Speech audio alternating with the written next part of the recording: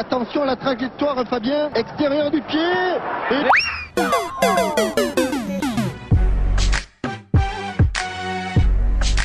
Salut à tous et bienvenue dans la quotidienne Mercato. Bon ok, elle est pas rentrée cette fois, mais il a encore de beaux restes Roberto Carlos, et de bons mollets aussi. À 46 ans, il pourrait rendre quelques services sur coup franc à des clubs pro. En plus, il est libre. Allez, on revient en France car la Ligue 1 est de retour ce soir. Elle vous avait manqué ou pas, mais au moins on commence avec une belle affiche. Monaco-Lyon. Ce sera aussi l'occasion d'observer les nouvelles recrues. À Lyon, 3 devraient commencer le match. Andersen en charnière centrale, Koné à gauche et Thiago Mendes en sentinelle. À Monaco, les deux nouveaux se connaissent bien. Lecomte et Aguilar évoluaient ensemble à Montpellier. D'ailleurs, le défenseur, il a eu droit à son petit bisutage hier. Oh, n'importe qui, ce plutôt. Oh là là, attendez, ça vous rappelle pas quelqu'un ça ?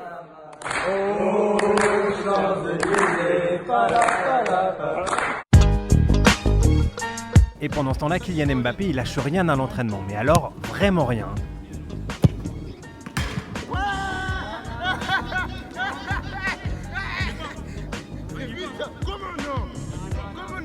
Comment non Arrête.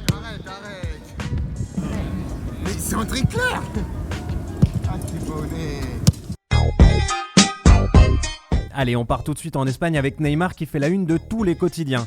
C'est simple, à Madrid, on se réjouit du rapprochement dont on vous avait parlé avec le PSG. Il est dans l'horizon pour Marca qui rappelle que le Brésilien souhaitait jouer avec Hazard dans sa carrière. Pour As, les enchères sont lancées comme une œuvre d'art. Voilà, ça espère au Real et ça commence à flipper un peu en Catalogne, même si Mundo Deportivo affirme que le Barça reste la priorité du joueur. Les Blaugrana vont même contre-attaquer selon Sport en proposant une nouvelle offre avec Coutinho, comme c'est original. Allez, petit détour par l'Italie avec Romelu Lukaku qui a récupéré le numéro 9 à l'Inter, un numéro que portait Mauro Icardi. Si on avait encore besoin d'un indice pour montrer que l'Argentin est proche d'un départ, on l'a. Et les prétendants, ils manquent pas, la Juve, la Roma et même le Napoli. Et c'est d'ailleurs notre question du jour. Quel serait le club idéal pour l'attaquant de 26 ans ? Donnez-nous vos avis dans les commentaires, Alban choisira de lundi.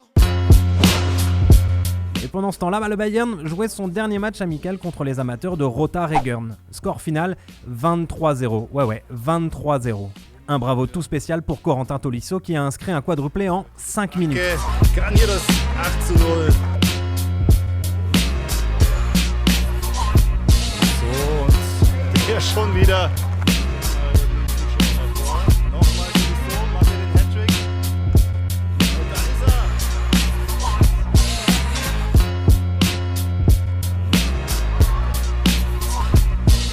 Lucas Hernandez, lui, a pu profiter de ses premières minutes de jeu sous son nouveau maillot. Bon, on doit vous l'avouer, avec la fin du mercato anglais hier soir, on perd la moitié des rumeurs de transfert. En moins de 2 mois, les clubs de Première Ligue ont quand même déboursé plus d'1,4 milliard d'euros. Le plus dépensier, c'est Manchester United avec la recrue la plus chère en la personne d'Harry Maguire. On aime bien aussi le promu Aston Villa qui a claqué 150 millions d'euros en recrue et qui a vendu pour 0. Y a pas à dire, les droits télé en anglais ça aide bien. Au milieu de cette démesure, y a Liverpool qui n'a dépensé que 2 millions d'euros pour le jeune Sepp van den Berg. En même temps, Tottenham est bien arrivé en finale de la Ligue des Champions, sans la moindre recrue la saison dernière. Et hier, on vous demandait justement si Arsenal redevenait un candidat sérieux pour le titre en Première Ligue grâce à son recrutement. Dans l'ensemble, vous saluez les arrivées, mais c'est encore trop juste comme pour toi, Tom.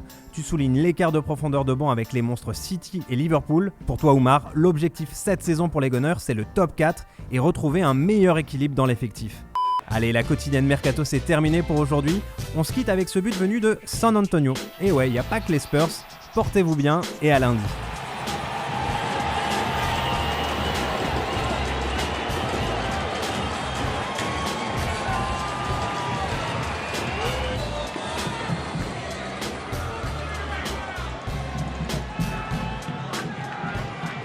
Et n'oublie pas, tu peux cliquer sur le blason Téléfoot là juste à droite pour t'abonner à la chaîne et du coup ne rien rater du contenu exclusif. À la prochaine.